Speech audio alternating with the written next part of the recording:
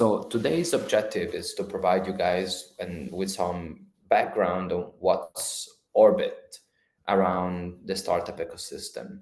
So obviously, you probably know that there are startup founders and there are investors, right? And pretty much that's what people knows broadly about startup when you think about startup. In SAP, we do have the Blue Factory team. I'm leading together with Simone Marino, the Turin hub. But we do have an hub in Berlin, Paris, Madrid, and London as well. And our hub is mostly an entrepreneurship hub, which we use to help students in any way they need in terms of, again, entrepreneurship. But specifically myself, I specialize in startup, and which is a different beast compared to what a traditional business is. So today I want to again present who plays in the league, of the startup ecosystem, because most of the player that you will meet if you're starting a startup are complex, and you do need to know how to approach them, but also how to work with them, because not all the players are let's say adapt to you or perfect for you, mostly in the early stage part of your journey. So about myself, I had just to give you like some authority to like I can talk about these kind of things. I started my career in Southeast Asia. I work as a corporate consultant doing advisory, and then the business provided me with two startups to spin off in those regions. So I did product, I did growth, and I was also country and regional head for one of the startup that we spin off. It's much easier to work for a startup coming off of a corporate because they have money and structure and resources and authority.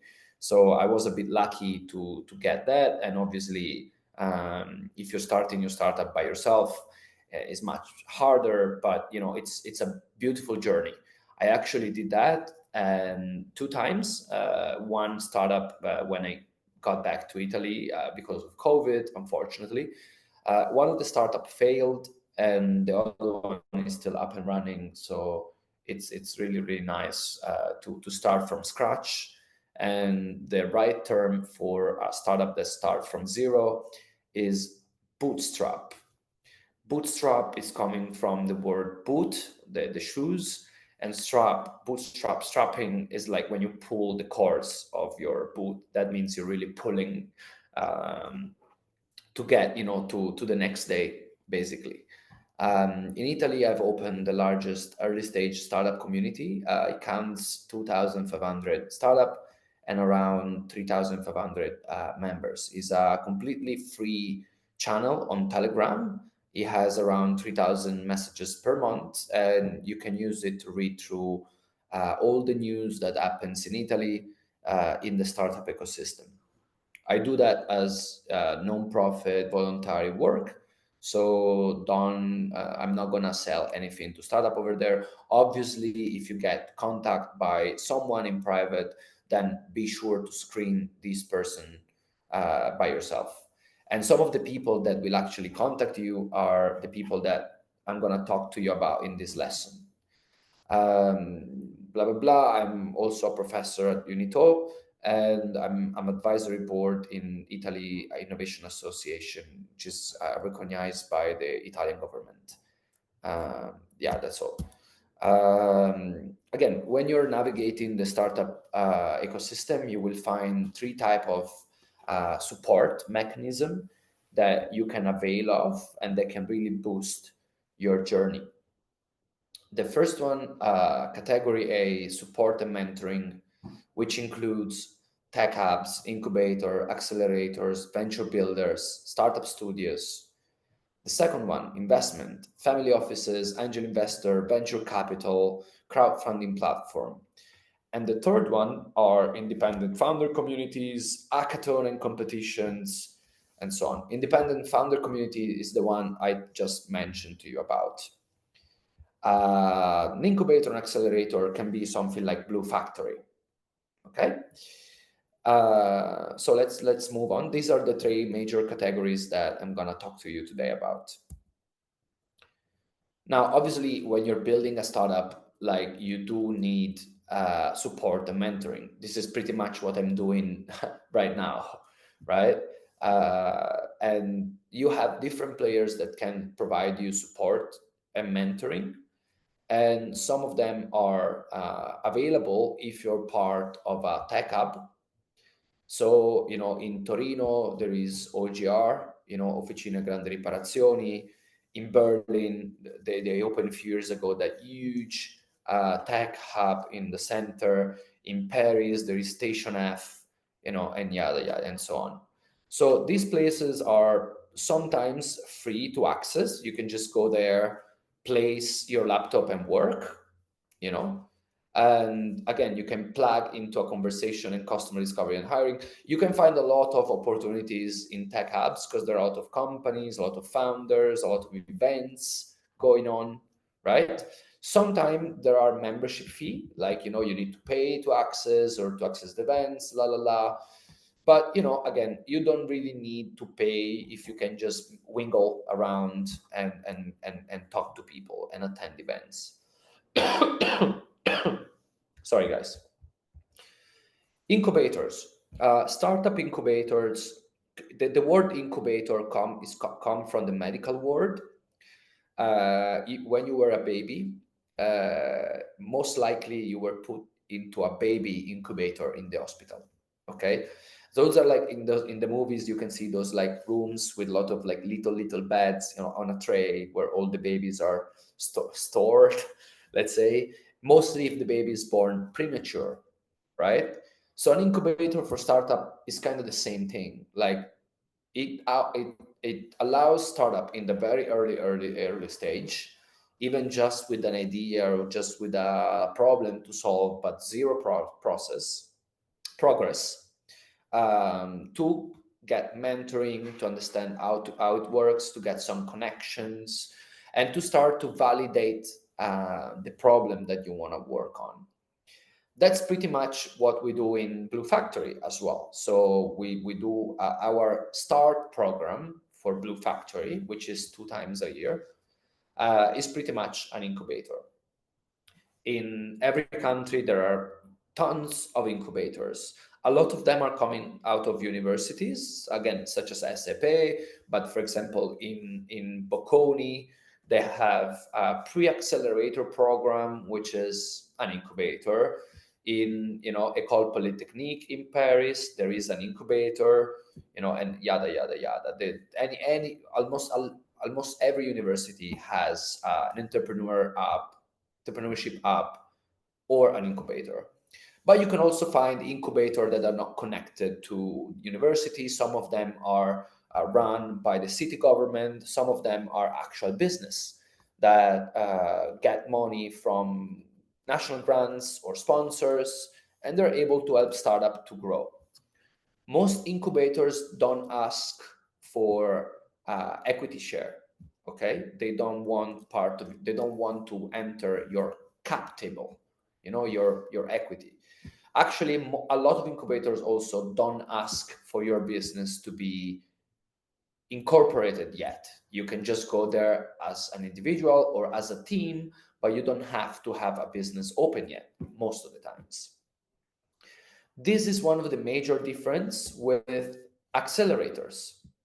So from the word accelerator, right, you understand that means that from incubation, where you were trying to understand, then accelerator is like when you kind of understood what to do and you need to get to the next level. You need to get to do some sales. You need to finish your initial MVP, minimal viable product. So most of the accelerator are a 8 to 6 weeks program of mentorship, workshop, and investor exposure, that basically will let you to define which metrics you need to achieve and describe, and what's your story. So they also teach you how to, like pitch your startup to investors or to demo days and things like that. Okay. Most accelerator will ask for a small amount of fixed equity. So they will ask a little bit of equity on your business. Okay. Which has typically what's called a vesting period. So a period in which both parties, you as well, can say, as an accelerator, you did a terrible job. I don't want you in my cap table. Of course, you need to prove it, but you have a chance to get them out. Okay. Same way they have a chance to kick you to not being in your cap table if you're not being serious about your startup. Okay. Again, to enter an incubator, you don't need much. To enter an accelerator, there is normally a strict selection process, and they want to see your commitment on the startup. So if your startup doesn't make any money and you cannot pay a salary for yourself, that's okay. As most cases is like this, like I'd say 99%. They still want to see that you maybe have another job to pay your rent and a meal, but you're working twice of the time to then work as well as almost full time also on the startup. So they really want to see commitment. The accelerators they don't ask this, they're not serious, and you shouldn't go in these accelerators. Unfortunately, guys, in Europe, but I believe also in the US and all the way, there are a lot of fufa, a lot of guru, a lot of fake accelerator incubators. And how do you spot them? You spot them by looking at what have they done so far, which are the startup that they helped so far, who are the mentors. If the mentor had no startup experience, they're not startup mentor. Okay. So you spot them if they are coming out of a law firm, of a software house, of a marketing agency. These guys were a software house, and then they open a spin-off or the accelerator. Most of the time they just want to find new clients. Okay.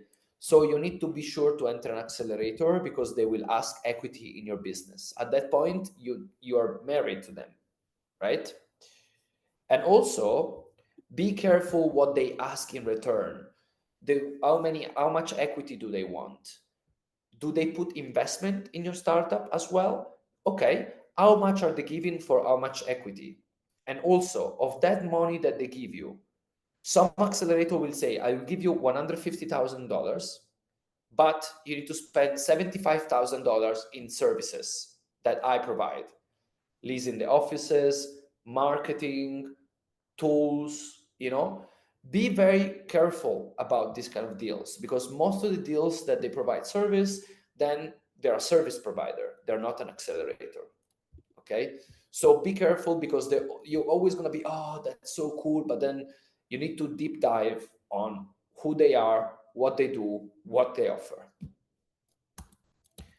There are two others, like, let's say, players that can provide mentorship and support. Remember, guys, I'm just talking about the first section now: mentorship and support, mentoring and support. Okay. So we see tech hubs, incubators, accelerator. Now, I just want to provide you with two more that most likely you won't get across in your first startup experience, but I just want you to know what they do and who they are. So there are some companies called venture builders, and these are basically a mix of support, mentoring, and also investment. So they basically is a company that has worked with a lot of companies and can put together more companies and a team to solve a problem of more companies that they are working with for other reason. Okay. So they start from the needs of their clients, some of the clients, and they try to put together like some business that will help these companies to do something. And sometimes they're looking for a startup that's already founded, or a team that is working on a problem, on an idea, to then join this venture building mechanism and then work towards that problem. That can be tricky for you because if you want to solve a problem and they want you to work on a specific thing, you might not be able to scale that thing to be an independent business afterwards. The benefit is that if you do a very good job, you might be able to sell your startup very quickly for a lot of money and be a successful exit founder, which is very sexy in the industry. If you're able to sell your startup, everybody will be like, wow, this guy, this girl is amazing. Because startup guys, the aim, the goal of a startup is to sell the startup to a bigger company. Okay.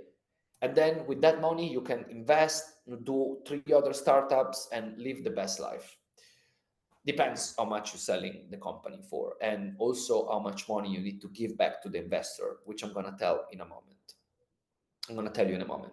So venture building can be cool, but be careful on the restriction of venture builders. The last, let's say, mentoring and support type of player that I want to talk to you about is a startup studio. So honestly, a startup studio, you will not interact with them, but in the future, once you have startup experience, you might get hired by a startup studio. So a startup studio is a team of like expert people that come up with problems that need solving and pre-validate that problem. Those problems identified in the pre-validate, they think they are suitable to be a startup. Then the startup studio will look for founders to run that potential startup. And they will pay a salary and they will give you equity. So it's kind of cool. But this is, you become an employee and shareholder. Okay. And they normally look for people with a little experience, 10 years of experience, to join as a founder, because they want to see that you did your own startup before, or you worked for many startups before, or you were an entrepreneur, or things like that. So guys, I provide you a landscape on support and mentoring. I talked to you about tech hubs, incubators, accelerators, and venture building and startup studio. Now, I'm wondering, before we move to the next section, which is about investment, do you want to ask me any question before I move on these first 5 player, or do you want me to move on? I have 2 questions. First, for a startup studio, one example could be Amazon, the one that was hosted on SAP. Yes, Right? Amazon Startup Studio is one of the first startup studio in Italy, and I'd say that after a long time of being not as successful, now they're very good. But it's normal; it's part of a process, and things like that. So Amazon, yes, is a startup studio. Right. Secondly, I think I'm still on the first slide, so I don't know if you're going through with them. Can you see I moving now? Now I Did they am move? still on the first slide. Oh my No, God, so they didn't this share. whole time, yeah, My I bad, think I'm guys. not the only one. No, I'm it's my just fault wondering. because I was sharing the PDF. I'm so All sorry. So right, basically, yes, I'm so sorry, guys. My bad. no So this worries. is a slide I showed about myself, where I told you that I work in the Philippines, Australia, and Vietnam for corporate and startup. Then I moved to Italy. I opened 2 startups, one failed, and I did other things. Then this was the 3 major categories. I'm sorry, guys. I was sharing also PDF and I was scrolling the PDF. Quite an embarrassment, but it happens. So the 3 categories are support and mentoring, investment, and community events. I talked to you about support and mentoring. So I talked to you about tech hubs, incubators, accelerators, and then venture building and startup studio. It's a lot of text. There is nothing to really take a look, but of course it would have helped if I scrolled when I was talking about it. But yeah, so that's it. So do you have another question so far? No one? Shall I move on? Okay, I'm gonna be moving on for now. Sorry for that. Can you confirm that now I'm moving the right one? I just want to make sure.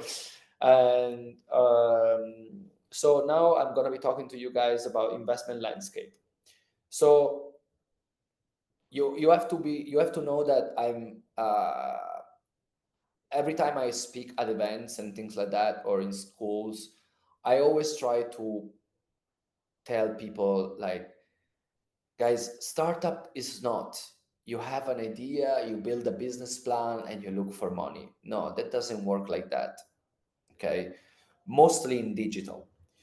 That kind of false myths and misconception was basically how they did startup 25 years ago in the Silicon Valley, when there was a lot of money, there was no innovation so far, and so everybody wanted to rush to do innovation. Unfortunately, today, coming out of a university with no experience, with no background, with no credibility, you will never get funded from investor, like that. People that get investment with just an idea are people that have built, failed, exit, sold, grow, scale other businesses because they have a background on it and investor trust them. So the false misconception about I'm building a startup, I need money, is fake. No one will give you money, not even in the US, not just in Italy, never, no, nowhere. Okay, you can get money from accelerators, yeah, sure, and that's good, but if you're building a medical startup, a deep tech startup, an hardware startup, then you might need money right away. But if you're building a digital startup, a SaaS business, or a telecommunication startup and something, investor wants to see that you can get to a certain level by yourself, not just the business plan, which, guys, spoiler, business plan are useless in the early stage of startup. It's a scholastic endeavor that real investor, they don't even look at it. Investor, they just want to know what's the problem you're solving, how you think you're solving it, who is the team, and how big of a market it can be. That's it. They might want to know what's the competitor landscape, but they don't care about your 3 years plan because it's fake. Once you're doing a startup, after 2 weeks, maybe you're changing everything. So that business plan goes to the trash. Okay, so let's go and see who populate the investment landscape in general. So the first one are family offices. So family offices are rich family investment holdings. So some very wealthy family, maybe some SCP students have a family office. And those are basically an holding company. It's a type of company that invest in businesses, to turn profits. So basically you invest in something, this company valuation grows, and your initial investment is worth way much more. When you have that investment, you can get even more loan from the bank, and your net worth grows. Also, if someone else wants to buy some shares in that company, you can sell it to them. But you invest this, and now it's worth like this. So you make return on investment. That's a basic ABC of investment in companies and other stuff. In real estate as well is the same. Sorry. Then, and these are family offices. You need to expect with them that are a bit traditional. They're cautious with where they invest because their fund is limited. Okay. And also, they do invest in someone that they know pretty well most of the time, because they're being cautious. The fourth thing is family offices, sometimes they're not accustomed, they're not in touch with innovation constantly.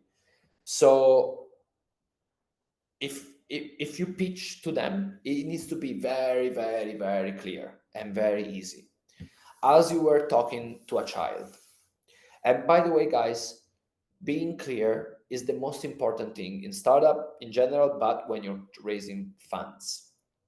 When you're raising funds, you don't need to explain, to be a professor about your idea, your solution, the problem. The pitch of a startup, you just need to get them interested enough to ask you a second meeting. So you need to show how cool and potentially cool it is to invest in your startup. You don't have to explain everything. If it's too long, it's too boring, you lost them.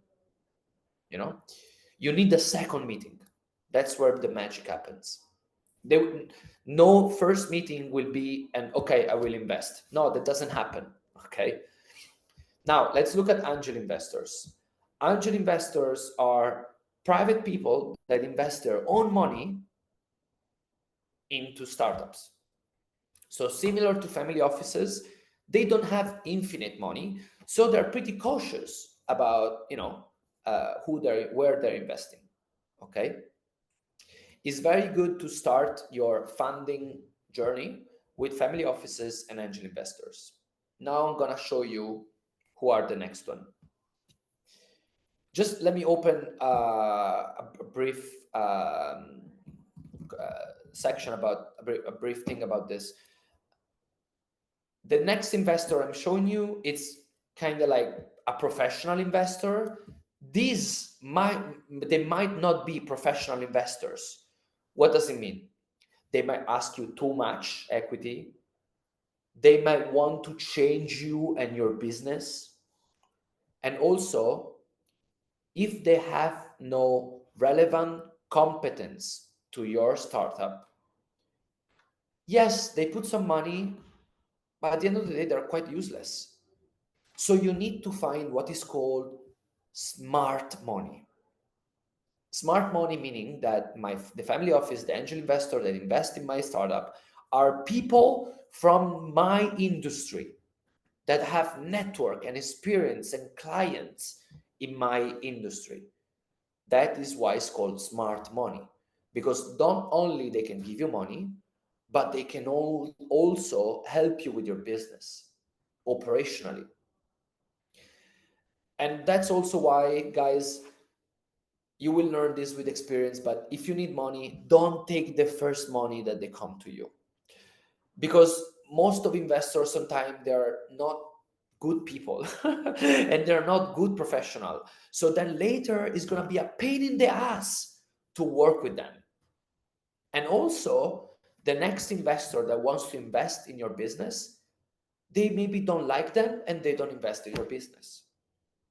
So screen your investors as much as they screen you. How do you do that?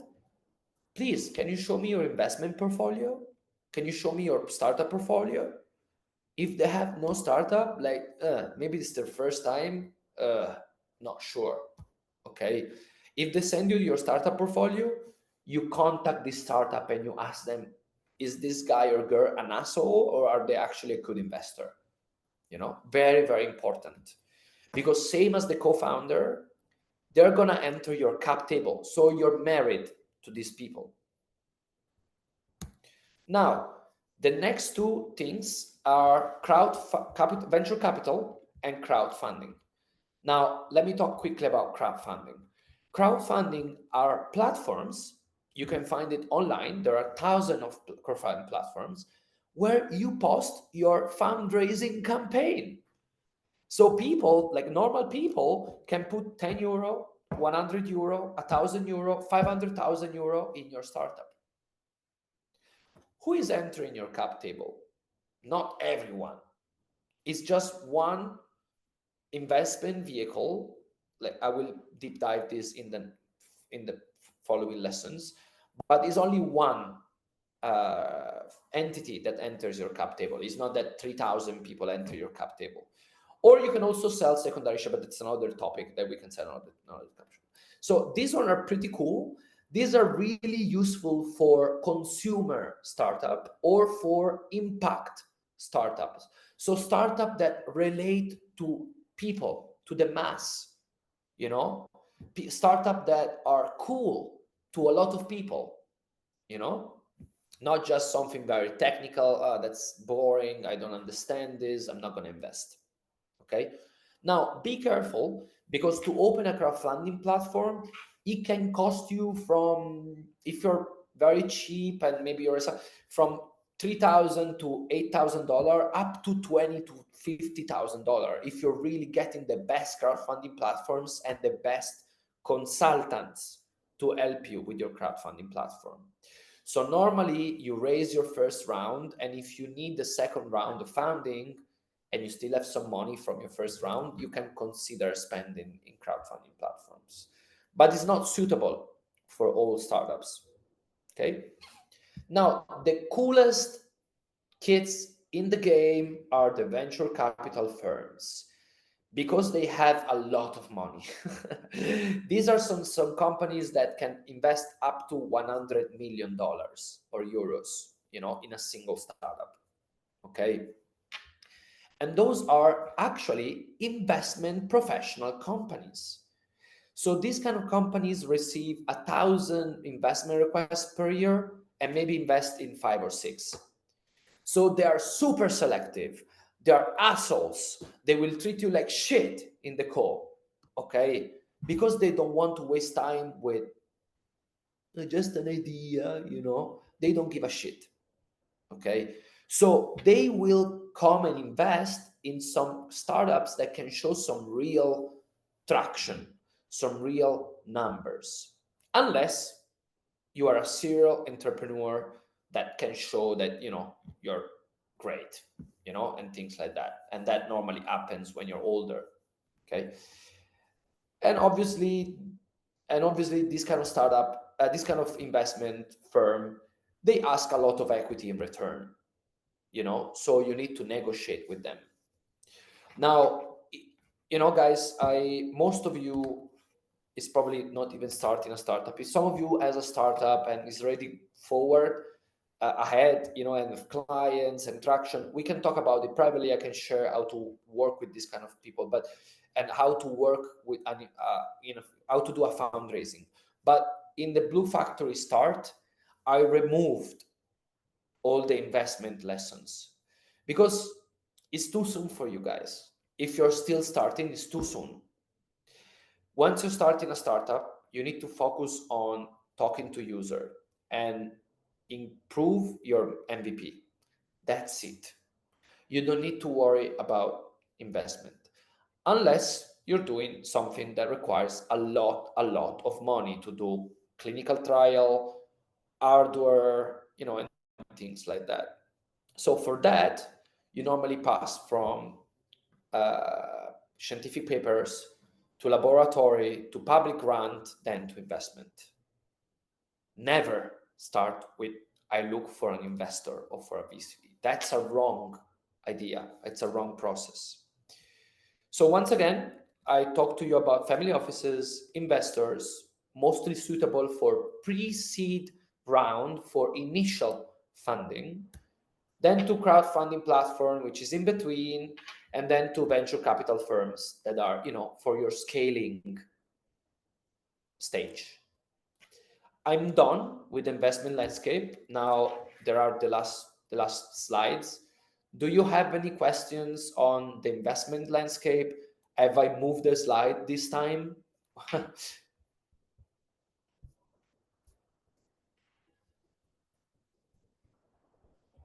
Is there any question, guys, or do you want me to move on? And then I see a question from Gabriele, sei il ragazzo del primo anno. I don't know if he's referring to Federico or to someone else. Gabriele, were you referring to Federico? It was, he texted me here on Zoom, but he misclicked and sent it to everybody. But for this part, no, I have no questions. And yes, you did move the slides this time, no worries. Okay. Okay, that's great. Guys, are you sure you have no question? Was everything clear? Do you have any question on when I talked about the other things that are not in the slide about, like how to get fundraising? No question, are you sure? We can have more question at the end, but I'm gonna move on, but basically I'm done. I have the last type of ecosystem player that I wanna talk to you about. which are independent founder communities and hackathons and competition. Now, this is something really important for me because I built the biggest in Italy. So I really, I can talk to you about this.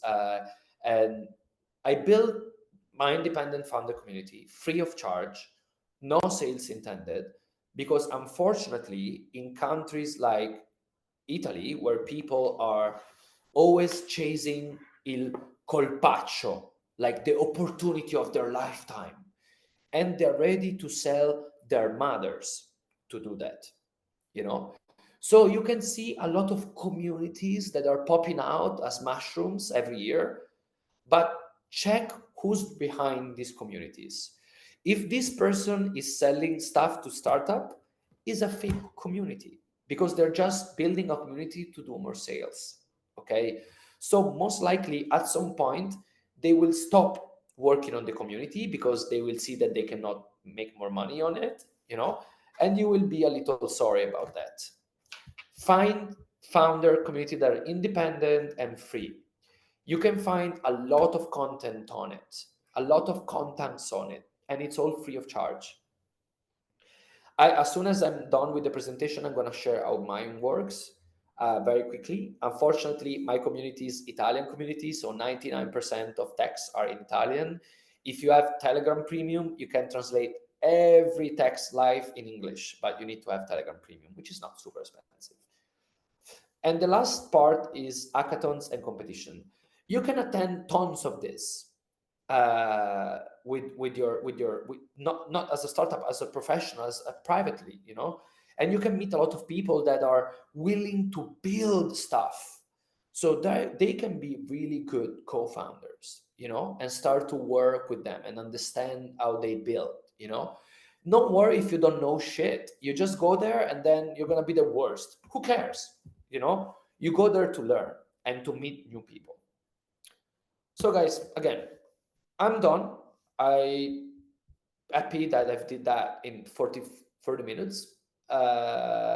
And again, if you have any question, I don't know. Also, I didn't know that there were like so many stages and so many different help from outside that you need like in different stages of your startup. So it's and I found it very interesting, especially where you said where we have to be careful, because it's indeed where experience is needed, because we can do some mistakes. So yeah, great. like for example, I'm not gonna tell you who they are, but in Torino, there is a startup accelerator that is bankrupt, and they're still calling startups to join their batch, asking to be in the cap table, but they're bankrupt. So basically, the risk is very high to close, and then they will drag the other startup in the shit because of that, you know. And so I contact all the startup privately, and I told them, I didn't tell them why, but I told them, listen to me, put a clause in your contract that if an investor has financial problem, you can kick them out. So I saved like 30 startups, you know.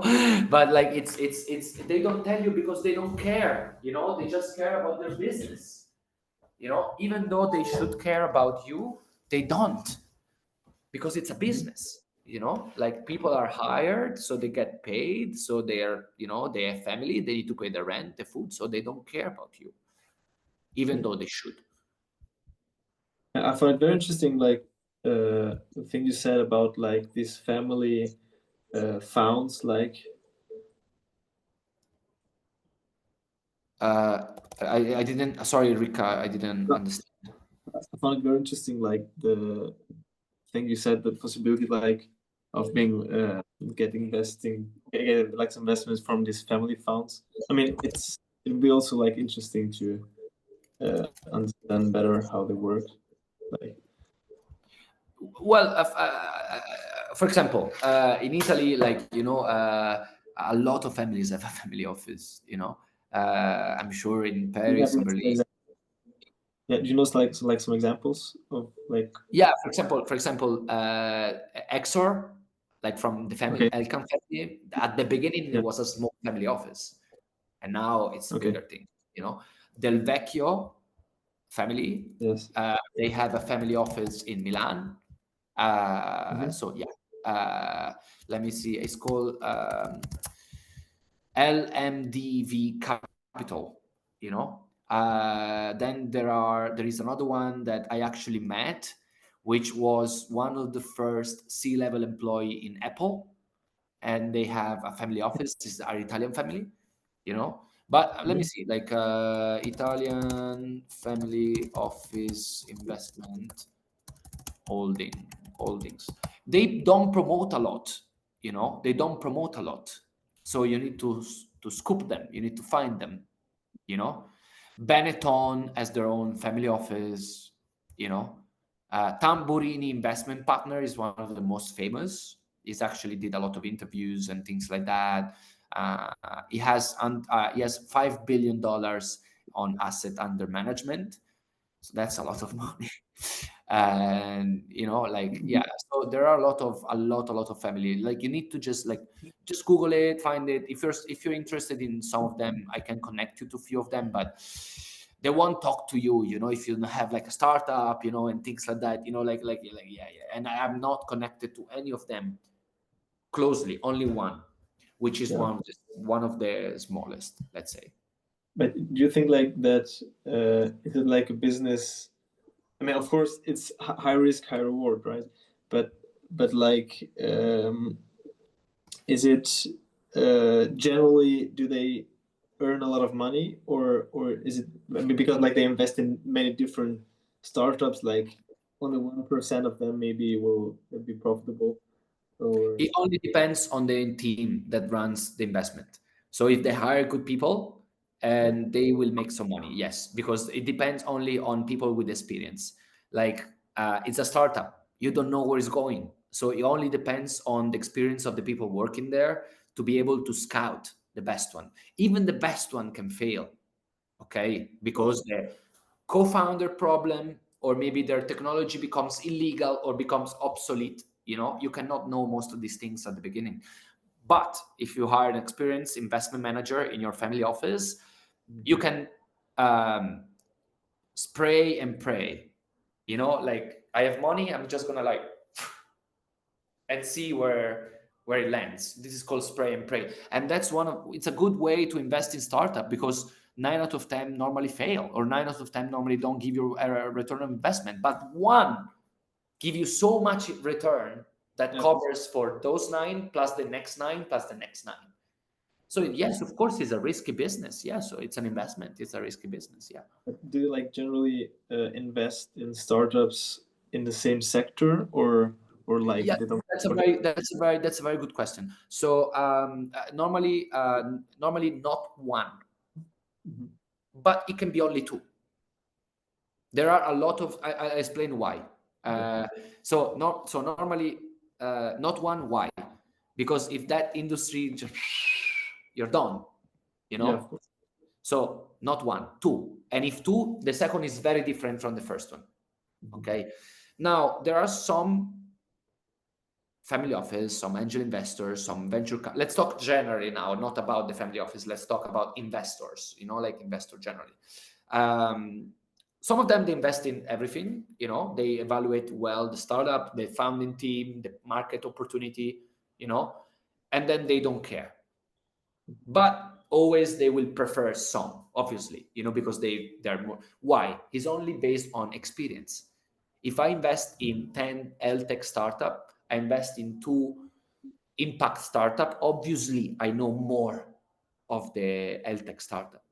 So there will always be a bias to invest in what I know, in what I feel aware. Okay. That's why I don't know why I cannot share the screen. That's so annoying. Well, if you invest in something that you know, you're probably also more aware, or it's more likely that you know, like, if it's a good idea or not. So yeah, exactly. Like, for example, guys, let me provide you with this in the chat. because I don't know why I cannot share the screen. That's super annoying. But I just share on the chat if you can open that link.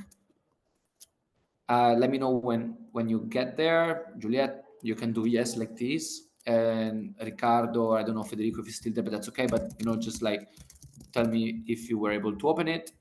Ricardo, yes. Yeah, I opened it. Fantastic. Now, do you see on at the top there is funds at the top in the header? Yeah, so you can see Primo Digital, Primo Health. That's a mistake. Huh. Fondo Health. Okay. Primo Health, Primo Climate, Primo Space Fund. Okay. That's where this venture capital invest. They invest in space, they invest in digital, they invest in health, and they invest in climate. Okay. So most of the venture, they have specifically in the website what they invest in. Now I'm gonna send you another one. Click on that, please. This is one of the best European venture capital, and it was founded by an Italian in Italy. This is one of the best in Europe. Now you're in this website. Do you see at the top in the header manifesto? Click on manifesto. Scroll it.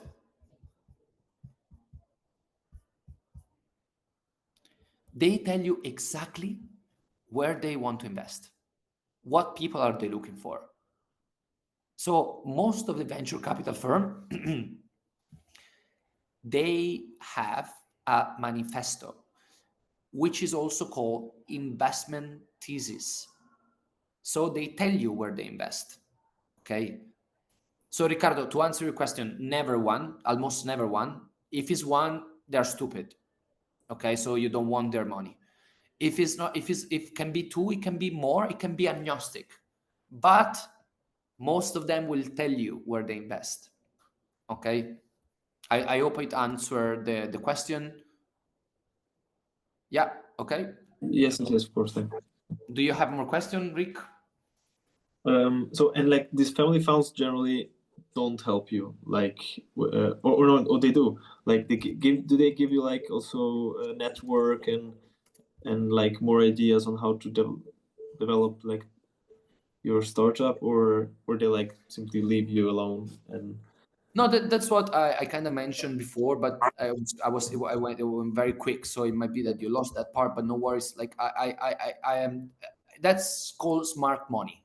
yeah, okay, so, okay. So remember that part? Yes, of course. Yes. So if the investor is not capable in your industry, unless you're really in the shit, you don't want that money. You might don't want that money. Or if that will lead you to have more investors that are industry related, but you just need a little bit to start, that's okay. But try to find investors that are relevant in your industry, that have experience in your industry, already invested in startup in your industry. Okay. Yes. Normally, once an investor invests, they want you to succeed. So they need to help you. They must help you. But non-professional investor, non-institutional investor, as they're called, maybe they don't help because they have another job, they do other things, they don't have experience. Maybe they don't know anything about startup. So they really it's worst if they try to help. But a venture capital firm or a venture builder or a startup studio or an accelerator, because they give you money, they want to help you and they will help you. It's their job. Of course. So once you get a VC, that's amazing, because for other people, they don't like VC for other reasons, but I'll get there in next lessons. But sometimes VC, because they see a good market opportunity, they try to poison you. They try to poison your vision. They try to poison your mission. They try to why? Because sometimes they're more experienced than you. Sometimes they're more experienced than you, so they'll tell you should do that. But if they control a lot of your company in your share, and if you didn't negotiate well the governance, yes, they can even actually ask you to leave. So you need to, once you get to the investment, to the VC, no worries, Ricardo, I will teach you. But there is a book there is a book that was written by the co-founder of Waze, Uri Levine, which is called Fall in Love with the Problem, Not the Solution. And by the way, I asked SAP Turin to buy it. And I told SAP Berlin to buy it as well. So it's going to be available in the libraries, which is a 320-page book, which is amazing, amazing. It really tells you everything from the start to the exit. But around half, in the middle of the book, around halfway in the book, there is a section where basically tells you everything about that. And there is the term sheet. The term sheet is the contract you sign with the investor. So in that book, there is a term sheet that tells you each clause, how it's called, and how to negotiate it. So it's amazing. It's amazing, you know. I really recommend you to buy that book or to rush to the library and see if you want to develop. But actually, don't do it. It's too soon for you. But in the case, that's what you need to do. Okay. Okay. Is there, Rick, are you done? You can keep going. I want you, you're on fire, so you can keep going. Yes. Okay. So fall in love with the idea, not the solution. Or fall in love with the problem, not the solution.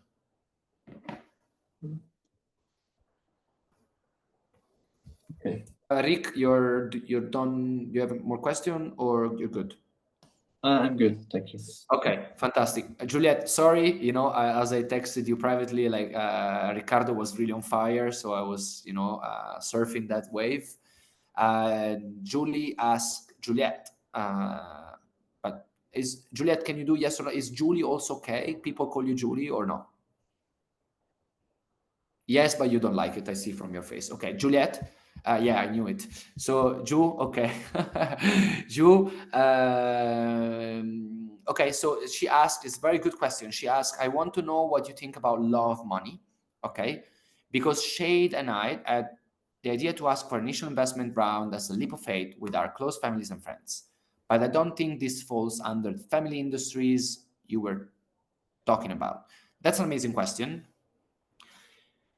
I did not put this specifically in my presentation because it's not recommendable. Mostly for first-time founders. It's not called love money. Maybe someone call it love money, but it's called 3F or FFF or family, friends. Do you know the last F, what it stands for? Does anybody know? It stands for fools, which is stupid, you know, because it's a bit of a. I'm gonna like write it here: family, friends, and fools.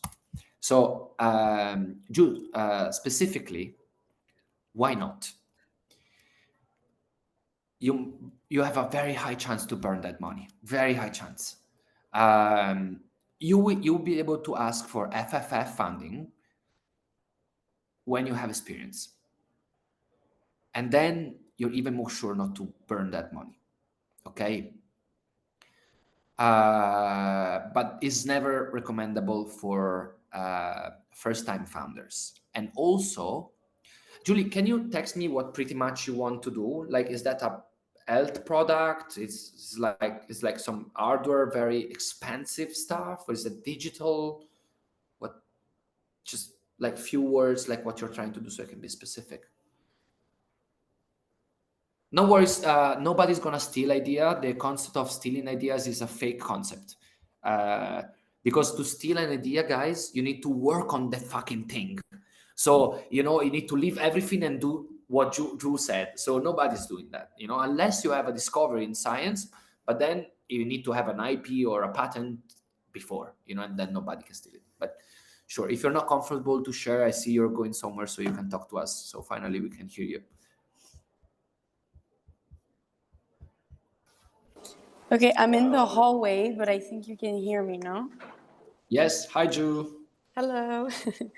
So basically, we made like a sort of like short poster that explains like I can send it to you, I will send it to you, but a poster that has like our problem or solution.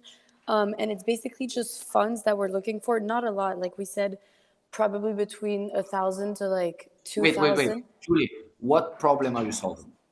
We're solving a problem about students finding internships. Okay, stop. Why do you need, why LinkedIn or other platform are not okay? Because LinkedIn is not specifically for internships and startups. Like Okay, the point, students, right? yeah, Is it only startups or any type of internship? only startups. Okay, and okay. Well, do you have any competitor that you can take a look at? Yeah, we have a bunch. We already examined all of them. Okay, and what do they do? Well, they do. It's like job teaser. It's basically the same concept, but it's like it's remixed. You know, like there's not a single website that does exactly startups connected with students to find internships. Okay, but okay. So first of all, startups early stage have no money to pay you. Okay, so you need to focus on big startups. Yeah.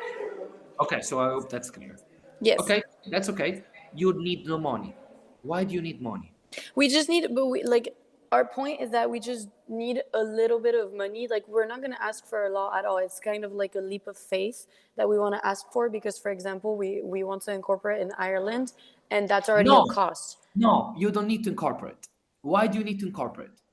Well, we need to pay taxes somewhere.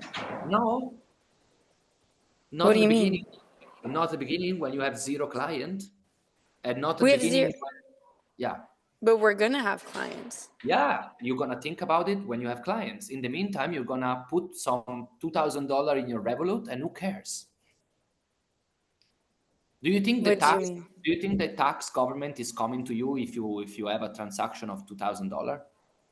No, but the point is to launch the company like this January. Yeah, but it's risky. Once you launch a company, you will have to pay stuff, and you be behold by having a company. Yeah, And but if that doesn't work, and if you find no clients, and if you're not the right team, you of course, close. but like most of it is already done, and like the last steps that we need is like the testing that we're gonna do in December. Like we have a whole platform to pre-launch to be able to get those like clients and those surveys and like all that feedback about what we need to change and whether we're gonna see if it's actually going to work. And we've already talked to like a bunch of Then startups. don't open a company. Do it for free for a few months, modify the MVP, and get on board when the level of the service is a little better. You don't want to open a company we never have talked to users, because it might be that your solution will not work and people will not come and use it as you wish. So you're Okay? saying that we should do the testing before Yeah, always, incorporating it? always. Okay. Yeah. Don't open a company. Okay. Freemium, test, iterate, measure, test, measure, iterate, change, modify it, back with another MVP, free. Does it work? Yeah. Okay. This is the this is the money for the next Okay. client. Find few startups that are willing to test. We already have a few. That's it. That's it. That's all you Okay. need. Give them something. Let them use your software. Here, try. Is shit? Okay. Try this. Okay. No. This. Okay. I'm not gonna throw this. Okay. Don't open the company. First, biggest Okay. mistake. Don't open a company. It's okay. Now you don't need this money because you're not gonna open a company. So now, Okay. Okay, perfect. Thank you. so was it only to open the company? Yeah, it was just like initial cost so that it didn't have to be from our pockets. Because Yeah. already like the website itself is like already there. So there is already like €1,000 that's gone in developing that. You know what I mean? Okay, sure. That's a lot of money for a website, but you can do with Lovable now, which is free. The best startup are the startup that paid 0 and get, you know, ciao Fede. Yeah, but there's Do you know a Do you know yeah, Lovable? I do. Do you know? But it was Okay, sorry, go on. no, yeah. But have you talked to Shade? I don't remember. Okay. I talked to 120 students. Look at my hair. This is my of my mind at the moment. So yeah. Okay. Again, Juliet, you are like Indiana Jones in the forest, and you're trying to find your treasure. Your treasure is a basic initial understanding of what the fuck to do. Okay, not the final business and things like that. Okay, think that you will never have a final product. Okay, this is how you need to think. So Okay. the best book of startup, the most famous book of startup is called The Lean Startup. And there is another cool book that is called Lean Analytics. But Lean Startup, the term lean, it means without fat. Lean means skinny. Lean means, and lean is referred to, you spend the less money to get the most money. Okay. So if at the beginning you have few startups that you can work with, $1,000 you spent already $950 more than you should have spent. Okay. So every time you do this step, think, can I not spend anything and achieve the same result? You know? And Okay. most of the answer is, when you are at early stage, 90% of the time the answer is yes. Okay. You have few startups that are willing to use your service, that are willing to trust you. That's gold. Yes. That's gold. You know? Don't make them pay. Give them something shit. Doesn't work. Okay, try this. You know, that's how you do a startup. You know?